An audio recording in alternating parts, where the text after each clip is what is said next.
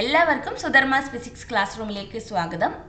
Plus 1 chapter 8 gravitation text back exercises ആണ് നമ്മൾ ചെയ്തുകൊണ്ടിരിക്കുന്നത്. കഴിഞ്ഞ ക്ലാസ്സിൽ നമ്മൾ ആദ്യത്തെ ഒരു സെറ്റ് 12ാമത്തെ ക്വസ്റ്റ്യൻ വരെയുള്ളത് ഡിസ്കസ് ചെയ്ത് കഴിഞ്ഞു. അപ്പോൾ ഇന്നത്തേത് പാർട്ട് 2 ആണ്. അതിന് ശേഷമുള്ള 13ാമത്തെ ക്വസ്റ്റ്യൻ തൊട്ടിട്ടുള്ളതാണ് നമ്മൾ ഡിസ്കസ് ചെയ്യുന്നത്. അപ്പം ആദ്യത്തെ പാർട്ട് കാണാത്തവർ ആദ്യത്തെ പാർട്ട് കൂടി കാണണം. ടെക്സ്റ്റ് ബാക്ക് എക്സസൈസ് ഫുള്ളും ചെയ്യുന്നുണ്ട്. അപ്പോൾ അതിൻ്റെ ലിങ്ക് ഞാൻ താഴെ ഡിസ്ക്രിപ്ഷൻ ബോക്സിൽ കൊടുക്കാം. അപ്പോൾ നമുക്ക് ക്വസ്റ്റ്യൻ ആൻസേഴ്സ് കണ്ടിന്യൂ ചെയ്യാം. Question number 13. How will you weigh the sun? That is, estimate its mass. The mean orbital radius of the earth around the sun is 1.5 into 10 power 8 kilometers. അപ്പോൾ എന്താ ചെയ്യേണ്ടത്? How will you weigh the sun? That is, estimate its mass. സണ്ണിൻ്റെ mass കണ്ടുപിടിക്കണം. Mean orbital radius of the earth around the sun തന്നിട്ടുണ്ട്. എത്രയാണ്? 1.5 into 10 power 8 kilometers. അപ്പം നമുക്ക് ആകെ തന്നിരിക്കുന്നത് orbital radius r is equal to 1.5 into 10 power 8 kilometers. That's equal to 1.5 into 10 power 8 into 10 power 3 meters. അപ്പോൾ 8 plus 3 11 വരും. അപ്പം 1.5 into 10 power 11 മീറ്റേഴ്സ് എന്ന് എഴുതാം. ഇനി വേറെ ഒന്നും നമുക്ക് ഡാറ്റയിൽ തന്നിട്ടില്ല. അതാണ് നിങ്ങൾ ആലോചിക്കുന്നത് അല്ലേ? അപ്പോൾ എങ്ങനെ നമുക്കിത് കണ്ടുപിടിക്കാൻ പറ്റും? നമുക്കറിയാം എർത്തിൻ്റെ ഓർബിറ്റൽ ടൈം എത്രയാണ്? ടൈം പീരീഡ് സൂര്യന് ചുറ്റും പോകുന്ന ടൈം പീരീഡ് എന്ന് പറഞ്ഞു കഴിഞ്ഞാൽ 365 ദിവസമാണ് അല്ലേ? അപ്പോൾ 365.25 ഡേയ്സ്. അതിനെ നമ്മൾ സെക്കൻഡിലേക്ക് മാറ്റണം. എന്താ വെച്ചാൽ നമ്മളെ എല്ലാ കാൽക്കുലേഷനും എല്ലാ വാല്യൂസും SI യൂണിറ്റിലായിരിക്കണം. അപ്പം 365.25 ഇൻറ്റു 24 അവേഴ്സിൽ 60 മിനിറ്റ് ഇൻറ്റു 60 സെക്കൻഡ്. അപ്പോൾ നമ്മുടെ യൂണിവേഴ്സൽ ലോ ഓഫ് ഗ്രാവിറ്റേഷനിൽ F is equal to GM divided by R² ആണ്. അതേപോലെ തന്നെ ഈ ഗ്രാവിറ്റേഷണൽ ഫോഴ്സ് കൊടുത്തിരിക്കുന്നത് centripetal force F centripetal is equal to mv² divided by R ആണ്. അതിന് നമ്മൾ വേറൊരു ഇക്വേഷൻ കൂടി പഠിച്ചിട്ടുണ്ട്, mr ഇൻറ്റു ω². അപ്പോൾ ഈ രണ്ട് ഇക്വേഷനിൽ നിന്നും നമുക്ക് ഫോഴ്സ് ഇക്വേറ്റ് ചെയ്യാം. എന്തുകൊണ്ടാണ് ഇക്വേറ്റ് ചെയ്യാൻ പറ്റുന്നത്? ഗ്രാവിറ്റേഷണൽ ഫോഴ്സിനുള്ള സെൻട്രിപെറ്റൽ ഫോഴ്സ് ഈ സൂര്യന് ചുറ്റും ഏത് പ്ലാനറ്റിനും മൂവ് ചെയ്യാൻ പറ്റുന്ന സെൻട്രിപെറ്റൽ ഫോഴ്സ് കൊടുക്കുന്നത് ഗ്രാവിറ്റേഷണൽ ഫോഴ്സ് ആണ്. അപ്പോൾ നമുക്കിത് രണ്ടും ഇക്വേറ്റ് ചെയ്യാൻ പറ്റും. അപ്പം GM divided by R² is equal to mr ω². Omega എന്ന് പറഞ്ഞു കഴിഞ്ഞാൽ എന്താണ്? 2π/T ആണ്. അപ്പോൾ നമുക്ക് എന്ത് എഴുതാൻ പറ്റും? mr into 2π/T the whole square. നമ്മൾ എന്തിനാ ഇങ്ങനെ ചെയ്യുന്നത്? നമുക്ക് തന്നിരിക്കുന്ന വാല്യൂസ് വെച്ചിട്ട് വേണം കാൽക്കുലേറ്റ് ചെയ്യാൻ വേണ്ടിയിട്ട്. അപ്പോൾ അതിലേക്കുള്ള ഒരു ഇക്വേഷൻ നമ്മൾ ഫ്രെയിം ചെയ്യുകയാണ് ഇവിടെ. അപ്പം mr ω² എന്നുള്ള mr into 2π/T the whole square എഴുതും. അപ്പം m into r into 4π² divided by T² എന്ന് കിട്ടും. അപ്പം ലെഫ്റ്റ് ഹാൻഡ് സൈഡിലും റൈറ്റ് ഹാൻഡ് സൈഡിലും നമ്മുടെ സ്മോൾ m എന്നുള്ളത് ക്യാൻസൽ ആവും. അപ്പോൾ അവിടെ നമ്മൾ ക്യാപിറ്റൽ M നമ്മൾ ഇക്വേഷൻ റീഅറേഞ്ച് ചെയ്ത് കഴിഞ്ഞാൽ 4π², ഇവിടെ ഒരു R ഉണ്ട്, R² ഇവിടുത്തെ ഡിനോമിനേറ്ററത്തെ വരുമ്പോഴേക്ക് R³ 4π² R³ divided by GT² എന്ന് കിട്ടും. ഇനി നമുക്ക് ഡയറക്റ്റ് സബ്സ്റ്റിറ്റ്യൂട്ട് ചെയ്താൽ മതി. അപ്പം M is equal to substitute ചെയ്യാൻ പോവാണ്. 4 into 3.14 the whole square into R orbital radius 1.5 into 10 power 11 cube divided by G value എത്രയാണ്? 6.67 into 10 power -11 multiplied by T². T എത്രയാണ്? 365.25 ഇൻറ്റു 24 ഇൻറ്റു 60 ഇൻറ്റു 60 സ്ക്വയർ. നിങ്ങൾ വിചാരിക്കേണ്ടത് ഇത്രയും വലിയ കാൽക്കുലേഷൻ അല്ലേ? Calculation ഈ question നമ്മുടെ ടെക്സ്റ്റ് ബാക്ക് എക്സസൈസ് ആണ്, നമ്മളിത് ചെയ്തിരിക്കണം. പിന്നെ ലോഗരിതം ടേബിൾ വെച്ചിട്ട് കാൽക്കുലേഷൻ ചെയ്യാൻ ഈസിയാണ്. ചെയ്യാതെ വേറെ നിവൃത്തിയില്ല. നമുക്കിങ്ങനെ ഒരു ക്വസ്റ്റ്യൻ വന്നാൽ നമ്മൾ ചെയ്യാണ്ട് പറ്റില്ല. അപ്പോൾ നമ്മൾ ഇത്രയും ചെയ്ത് കഴിയുമ്പോൾ നമുക്ക് കിട്ടാൻ പോകുന്ന ആൻസർ എന്താണെന്ന് വെച്ചാൽ 2.009 ഇൻറ്റു 10⁻30 കിലോഗ്രാംസ്. അപ്പോൾ നമുക്ക് അപ്രോക്സിമേറ്റ്ലി എത്ര എഴുതാം? 2 ഇൻറ്റു 10 പവർ 30 kilograms. അത്രയാണ് എന്ത് mass of the sun.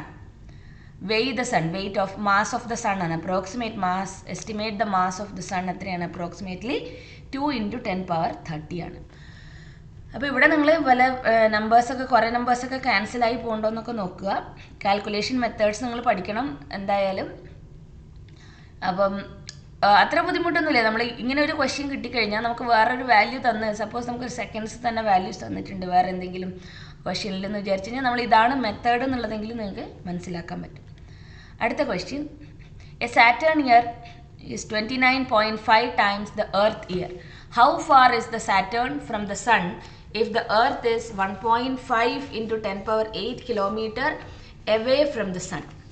Saturn year is 29.5 times the earth year. അപ്പോൾ ഞാൻ സാറ്റേൺ ഇയർ എന്നുള്ളത് TS എന്ന് എടുത്തു കഴിഞ്ഞാൽ TS is equal to 29.5 times the earth year. earth year എന്നുള്ളത് TE എന്ന് എഴുതാം.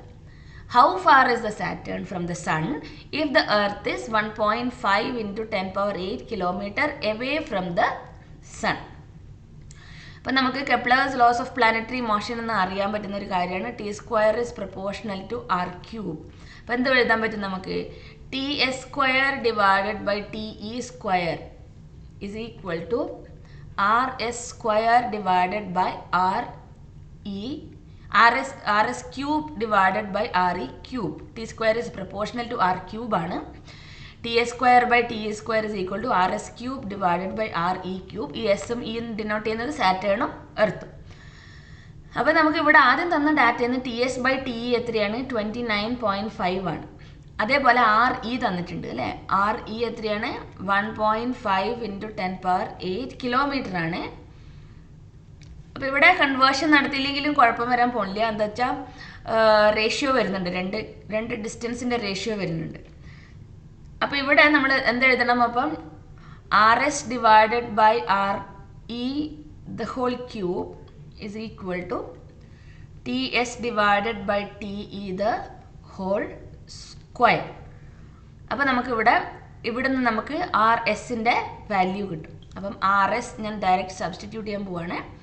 RS / RE is equal to TS / TE the whole raised to 2/3 വരും. അപ്പോൾ ഇവിടെ RS is equal to RE into 29.5 square raised to 1/3. അപ്പോൾ raised to 2/3 എന്നുള്ള മൊത്തം നമുക്ക് 2/3 കിട്ടും. raised to 2/3. അപ്പം 1.5 × 10⁸ into ഇതിൻ്റെ സ്ക്വയർ കണ്ടു കഴിഞ്ഞാൽ നമുക്ക് 870.25 കിട്ടും. അതിൻ്റെ ക്യൂബ് റൂട്ട് എടുക്കണം. അത്രയും കിലോമീറ്റേഴ്സാണ് നമ്മളിവിടെ കൺവേർട്ട് ചെയ്തത്, കാരണം നമുക്ക് ആൻസർ കിലോമീറ്റർ തന്നെ കിട്ടും. അപ്പോൾ ഇവിടെ മൊത്തം കാൽക്കുലേറ്റ് ചെയ്ത് കഴിയുമ്പോൾ കിട്ടുന്ന വാല്യൂ എന്ന് വെച്ചാൽ 1.43 × 10⁻12 മീറ്റേഴ്സ്. അപ്പോൾ ഇതാണ് നമ്മുടെ final distance of Saturn from the sun എത്രയാണ്? 1.43 × 10⁻12 മീറ്റേഴ്സ്. അപ്പോൾ ഇത് നമ്മൾ ഉപയോഗിച്ചത് Kepler's laws of planetary motion ആണ്. സിമ്പിളായിട്ട് ചെയ്യാൻ പറ്റുന്നൊരു ക്വസ്റ്റ്യൻ ആണ്. അടുത്ത question, a body weighs 63 Newton on the surface of the earth. What is the gravitational force on it due to the earth at a height equal to half the radius of the earth? അപ്പം H എന്ന് പറയണത്, H എത്രയാണ് തന്നിരിക്കുന്നത്? H is equal to R/2 ആണ്. അപ്പോൾ നമുക്ക് GH/G ൻ്റെ equation എന്താ? It's equal to R / R + H the whole square. അപ്പം that's equal to R / R + H എന്നുള്ളത് half the radius of the earth ആണ്. അപ്പോൾ R/2 എല്ലാം കൂടിയിട്ട് സ്ക്വയർ. അപ്പോൾ എത്ര കിട്ടും? R / R+R/2. അപ്പം R കോമൺ ആയിട്ട് എടുത്തു കഴിഞ്ഞാൽ R × R divided by R into 1 plus 1/2 the whole square. അപ്പം R ക്യാൻസൽ ആവും. അപ്പം 2 + 1 3 3/2 വരും. അത് ഡിനോമിനേറ്ററിലാണ് വരുന്നത്. അത് മുകളിലേക്ക് എടുക്കുമ്പം 2/3 the whole square എന്ന് കിട്ടും. ഇറ്റ്സ് ഈക്വൽ ടു 4/9 എന്ന് കിട്ടും. ഇപ്പോൾ ഇവിടെ കിട്ടിയിരിക്കുന്നത് എന്താ? Acceleration due to gravity at a height divided by acceleration due to gravity in the ground level. അപ്പോൾ വെയിറ്റ് ആണ് കണ്ടുപിടിക്കേണ്ടത് അല്ലേ. Body weighs 63 newton on the surface of the earth. അപ്പോൾ weight at a height divided by weight on the surface that is equal to mass into acceleration due to gravity at a height divided by mass into acceleration due to gravity in the ground level. That's equal to gh divided by g. gh by g എത്രയാണ് നമുക്ക് കിട്ടിയിരിക്കുന്നത് 4/9. അപ്പം weight at a height is equal to 4/9 times weight on the surface of the earth. That's equal to 4/9 into 63. അത് ക്വസ്റ്റ്യനിൽ തന്നതാണ്. അപ്പോൾ എത്ര കിട്ടും? 4/3 into 9, 9 63 ക്യാൻസൽ ആവും. അപ്പോൾ ഇവിടെ നമുക്ക് 28 ന്യൂട്ടൺ കിട്ടും. സിമ്പിളായിട്ടുള്ളൊരു കാൽക്കുലേഷൻ ആയിരുന്നു. അടുത്ത question, assuming the earth to be a sphere of uniform mass density, how much would a body weigh half way down to the centre of the earth if it weighed 250 newton on the surface? Assuming the earth to be a sphere of uniform mass density, how much would a body weigh halfway down to the center of the earth if it weighed 250 Newton on the surface? അതായത് നമ്മൾ നേരത്തെ ചെയ്തതിൻ്റെ താഴോട്ടുള്ളത്, നേരത്തെ ചെയ്ത ഹൈറ്റിലായിരുന്നു. അപ്പോൾ നമുക്ക് direct formula use ചെയ്യാം. G at a depth is equal to g into 1 minus d by R. അപ്പം 1 minus d by r g എന്ന് പറഞ്ഞു കഴിഞ്ഞാൽ നമുക്ക് വെയിറ്റ് എത്ര കിട്ടും? വെയിറ്റ് ആണ് ചോദിക്കുന്നത്. വെയിറ്റ് എന്ന് വെച്ചാൽ എം ഇൻറ്റു ജി ആണ്. അപ്പോൾ ഡി എത്രയാണ്? D is equal to R/2 ആണ്. R/2 എന്ന് പറഞ്ഞാൽ അപ്പം g at a depth is equal to g into 1 minus d എന്ന് വെച്ചാൽ R/2 ഡിവൈഡഡ് ബൈ ആർ വരും. അപ്പോൾ ജി ഇൻറ്റു 1 മൈനസ് 1/2. അപ്പോൾ എത്ര കിട്ടും? G/2 എന്ന് കിട്ടും. അപ്പം വെയിറ്റ് എത്ര കിട്ടും? Weight at a depth is equal to weight on the ground level divided by 2 വരും. എന്തുകൊണ്ടാണ്? G/2 ആണ്. അപ്പം ഇത് എത്രയായിരുന്നു? 250 newton. 250/2 that is equal to 125 newton. ഇതാണ് ഇവിടെ ആൻസർ. അടുത്ത question, a rocket is fired vertically with a speed of 5 km per second from the Earth's surface. How far from the Earth does the rocket go before returning to the Earth? Mass of the Earth is given 6 into 10 power 24 kilograms. Mean radius of the Earth is 6.4 into 10 power 6 meters. G is equal to 6.67 into 10 power minus 11 Newton meter square per kilogram square. A rocket is fired vertically with a speed of 5 km per second from the Earth's surface. How far from the Earth does the rocket go before returning to the Earth? അപ്പോൾ ഇവിടുന്ന് 5 km in a second സ്പീഡിൽ എന്താണ് റോക്കറ്റിനെ വിട്ടു. അപ്പോൾ അത് maximum height എത്ര പോകുന്നുള്ളതാണ് ഇവിടെ ചോദിച്ചിരിക്കുന്നത്. അപ്പം ഇത് ആദ്യം ഒരു സ്പീഡിൽ വിട്ടത് കാരണം അതിനൊരു കൈനറ്റിക് എനർജി ഉണ്ടാവും അല്ലേ. 5 km per second ആണ്. അപ്പോൾ 5000 മീറ്റർ ഇൻ 1 സെക്കൻഡ്. അപ്പോൾ നമുക്ക് എന്ത് എഴുതാൻ പറ്റും? Initial kinetic energy of rocket. ആ കൈനറ്റിക് എനർജി കൊണ്ടാണല്ലോ മേലോട്ട് പോണത്. That's equal to half mv². That's equal to half m into v². ഈ കിലോമീറ്റർ പെർ സെക്കൻഡിനെ മീറ്റർ പെർ സെക്കൻഡിലേക്ക് മാറ്റണം. 5 km per second ആണ്. 5 മീറ്റർ എന്ന് പറഞ്ഞാൽ 5000 മീറ്റേഴ്സ്. 5000 സ്ക്വയർ വരും. അപ്പോൾ ഇത് ചെയ്ത് കഴിയുമ്പോൾ നമുക്ക് കിട്ടുന്ന വാല്യൂ 1.25 into 10 power 7 m തന്നിട്ടില്ല, അത് കാരണം m തന്നെ എഴുതാം. അപ്പം ഇത് പോയി കഴിയുമ്പം ഒരു സപ്പോസ് അതൊരു r ഡിസ്റ്റൻസ് ആണ് പോണത്. സെൻറ്റർ ഓഫ് ദ എർത്ത് നിന്ന് r ഡിസ്റ്റൻസിലേക്ക് പോയി കഴിഞ്ഞാൽ മാക്സിമം ഹൈറ്റിൽ എത്തുമ്പോഴേക്കും എന്ത് പറ്റും? അവിടെ മാക്സിമം ഏതൊരു ഒബ്ജക്റ്റ് നമ്മൾ വെർട്ടിക്കലി മുകളിലോട്ട് ത്രോ ചെയ്യുമ്പം മാക്സിമം ഹൈറ്റിൽ അതിൻ്റെ വെലോസിറ്റി 0 ആയിരിക്കും. അപ്പോൾ അതിൻ്റെ കൈനറ്റിക് എനർജി 0 ആവും. അപ്പം ചേഞ്ച് ഇൻ കൈനറ്റിക് എനർജി എന്ന് പറയുന്നത് ഇതേ വാല്യൂ തന്നെ വരും. 1.25 into 10 power 7 m into 2. അതേപോലെ ഈ എനർജി കൈനറ്റിക് എനർജി എന്താവുകയാണ്? അവിടെ പൊട്ടൻഷ്യൽ എനർജി ആവുകയാണ്. പക്ഷേ ഇതേ സമയം ഈ ഒബ്ജക്റ്റിന് ഗ്രൗണ്ട് ലെവലിൽ ഇരിക്കുമ്പോൾ ഒരു പൊട്ടൻഷ്യൽ എനർജി ഉണ്ടായിരുന്നു. അപ്പോൾ സർഫസ് ഓഫ് ദ എർത്ത് നമുക്ക് എന്ത് എഴുതാൻ പറ്റും? Initial potential energy at the surface of the earth. At the surface of earth is equal to, അതിൻ്റെ ഫോർമുല എന്താണ്, g mass of the earth into mass of the object divided by r, that's equal to 6.67 into 10 raised to minus 11. mass of the earth തന്നിട്ടുണ്ട് 6 into 10 power 24 kilogram. mass of the rocket അറിയില്ല, m തന്നെ എഴുതാം.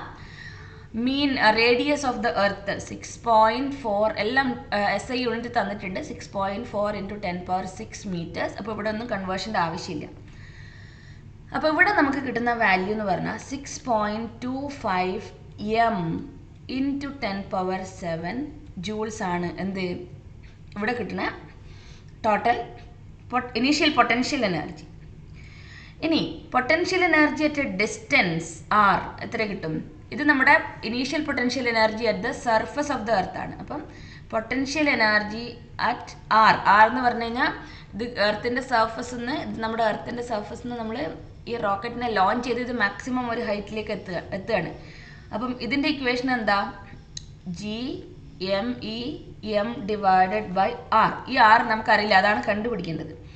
അപ്പോൾ ഇതിൻ്റെ value നമ്മൾ ചെയ്യുമ്പം 6.67 into 10 power minus 11 into 6 into 10 power 24 into m divided by r. ആറിൻ്റെ value നമുക്കറിയില്ല. അപ്പോൾ ഇവിടെ കിട്ടുന്നത് 4 into 10 power 14 m divided by r joules എന്ന് കിട്ടും. ഓക്കെ, അപ്പം initial potential energy at r, maximum ഹൈറ്റിലേക്ക് പോകുമ്പോഴുള്ള പൊട്ടൻഷ്യൽ എനർജി, അതെന്താണ്, ചേഞ്ച് ഇൻ പൊട്ടൻഷ്യൽ എനർജി. ആ ചേഞ്ച് ഇൻ പൊട്ടൻഷ്യൽ എനർജിയും ആ കൈനറ്റിക് എനർജിയും ഈക്വൽ ആയിരിക്കും. അപ്പോൾ നമുക്ക് എന്ത് എഴുതാൻ പറ്റും, 6.25 into 10 power 7 m, അതാണ് എന്ത് ഗ്രൗണ്ട് ലെവലിൽ ഉണ്ടായിരുന്ന പൊട്ടൻഷ്യൽ എനർജി. പിന്നെ അറ്റ് ഹൈറ്റ് r എത്രയായിരുന്നു, 4 into 10 power 14 m divided by r, that is equal to 1.25 into 10 power 7 m. ഈ m എന്നുള്ള മീറ്റർ എന്ന് വായിക്കരുത്, അത് m ആണ്, ആ variable mass of the rocket ആണത്. ആ വാല്യൂ എവിടെ നിന്ന് കിട്ടിയത്, ഇതവിടെ കൈനറ്റിക് എനർജി. ആ കൈനറ്റിക് എനർജി കാരണമാണ്, ആ കൈനറ്റിക് എനർജി യൂട്ടിലൈസ് ചെയ്തിട്ടാണ് അത് ഹൈറ്റിലേക്ക് പോകുന്നത്. അപ്പോൾ അവിടെ എത്തുമ്പോഴേക്കും അത് പൊട്ടൻഷ്യൽ എനർജി ആയിട്ട് കൺവേർട്ട് ചെയ്തു. അപ്പോൾ എത്ര ചേഞ്ച് ഇൻ പൊട്ടൻഷ്യൽ എനർജി ഉണ്ടായി എന്നുള്ളതാണ്. അപ്പോൾ ഇത് ചെയ്ത് കഴിയുമ്പം ഇതിനെ നമ്മൾ എന്ത് ചെയ്യണം, ആറിൻ്റെ ടേംസ് ഒക്കെ ഒന്നിച്ച് കൊണ്ടുവരിക. അപ്പോൾ എന്ത് പറ്റും, m എല്ലാ ടേമിലും ഉണ്ട്, 3 ടേമിലും m ഉണ്ട് അല്ലേ. അപ്പം m ക്യാൻസൽ ആവും. അപ്പോൾ 6.25 into 10 raised to 7 r minus 4 into 10 raised to 14 is equal to 1.25 into 10 raised to 7 r എന്ന് കിട്ടും. അപ്പോൾ നിങ്ങളിത് solve ചെയ്യുമ്പോഴേക്ക് r is equal to 8 എത്ര വരും, നമ്മുടെ 4 into 10 power 14 divided by 5 into 10 power 7 എന്ന് വരും. അപ്പോൾ നമുക്ക് 8 into 10 power 6 മീറ്റേഴ്സിന് കിട്ടും.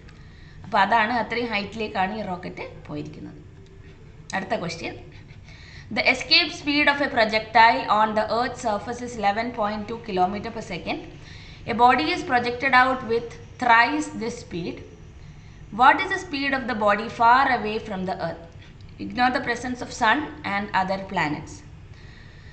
Escape velocity V escape is equal to 11.2 kilometer per second. എന്നുവെച്ചാൽ 11.2 into 10 power 3 meter per second. എന്നിട്ടോ a body is projected out with thrice this speed. What is the speed of the body far away from the earth? Ignore the presence of sun and other planets. അപ്പം ഇവിടെ half mve square, mve escape velocity square is equal to gmm divided by r square. അപ്പം initial speed V I is equal to 3 times V escape ആണ്. അപ്പം നമ്മുടെ escape വെലോസിറ്റിൻ്റെ value ഇവിടെ ഉണ്ട് അല്ലേ. അപ്പം ഫൈനൽ സ്പീഡ് എങ്ങനെ കിട്ടും നമുക്ക്, half M V final square is equal to half M V I square minus G M M divided by R square. അപ്പോൾ നമുക്ക് എന്ത് എഴുതാൻ പറ്റും, this is equal to half mvi square minus half mve square. അപ്പം vf is equal to square root of vi square minus ve square. That's equal to square root of vi എന്ന് പറഞ്ഞു കഴിഞ്ഞാൽ 3 times v escape velocity ആണ്. അപ്പം 3 into 11.2 into 10 power 3 minus 11.2 into 10 power 3. ഇതിൻ്റെ square ഇതിൻ്റെ രണ്ടിൻ്റെയും square ഉണ്ട്. കെയർഫുള്ളായിട്ട് solve ചെയ്യുക. സോൾവ് ചെയ്ത് കഴിയുമ്പോൾ നിങ്ങൾക്ക് കിട്ടുന്ന ആൻസർ ഇതായിരിക്കും. വീഡിയോ പോസ് ചെയ്തിട്ട് സോൾവ് ചെയ്യുക, വെറുതെ ആൻസർ കോപ്പി ചെയ്യരുത്. 31.7 km/s. അപ്പോൾ ഇതാണ് നിങ്ങൾ എക്സാം ഹാളിൽ നിങ്ങളാണ് ചെയ്യേണ്ടത്. അപ്പം പ്രാക്ടീസ് നന്നായിട്ട് ചെയ്യുക. ഞാൻ മെത്തേഡ്സ് എക്സ്പ്ലെയിൻ ചെയ്തു. ഓക്കെ, അടുത്ത question. A satellite orbits the earth at a height of 400 km above the surface. How much energy must be expended to rocket the satellite out of the Earth's gravitational influence? A satellite orbits the Earth at a height of 400 km above the surface. How much energy must be expended to rocket the satellite out of the Earth's gravitational influence? Data തന്നിരിക്കുന്നത് mass of the satellite തന്നിട്ടുണ്ട്, mass of the Earth തന്നിട്ടുണ്ട്, radius of the Earth തന്നിട്ടുണ്ട്, gravitational constant തന്നിട്ടുണ്ട്. അപ്പോൾ നമുക്ക് total energy of the orbiting satellite, total energy of satellite